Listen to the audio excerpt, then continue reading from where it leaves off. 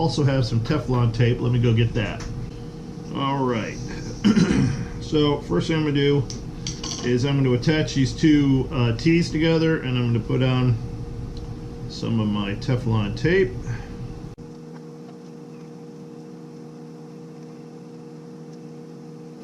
All right, let's thread on the T's.